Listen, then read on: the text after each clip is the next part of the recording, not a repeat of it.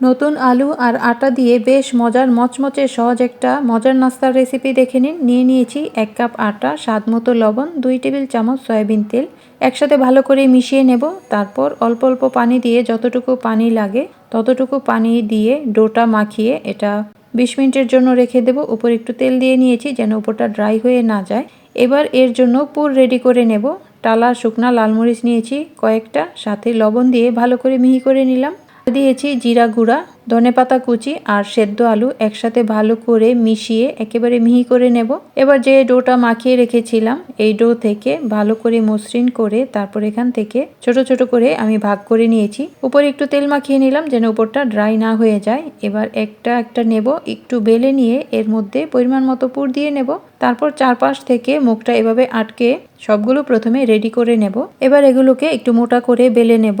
এভাবে বানিয়ে ফ্রোজেন করেও রেখে দিতে পারেন। তো সবগুলো বেলা হয়ে গেলে এবার আমি গরম তেলে একটা একটা করে ভেজে নেব।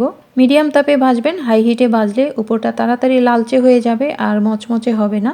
আর মিডিয়াম তাপে ভাজলে এটা ভেতর থেকে মচমচে হবে, খেতে আরো বেশি মজা হবে। আর ঠান্ডা হয়ে গেলেও অনেকক্ষণ মচমচে থাকবে, তা না হলে ভেতরটা নরম থাকবে আর উপরটা লালচে হয়ে যাবে, সেটা কিন্তু খেতে ভালো লাগবে না। তো সবগুলো আমি মচমচে করে ভেজে তেল থেকে তুলে নিলাম। খুবই সহজে হয়ে গেল আটা দিয়েই মচমচে নতুন আলু দিয়ে বেশ মজার আলু পুরি। ঝালঝাল এই আলু পুরিটা খেতে অসাধারণ লাগে। তো ভালো থাকুন, সহজ সহজ রেসিপি দেখতে সাথেই থাকুন।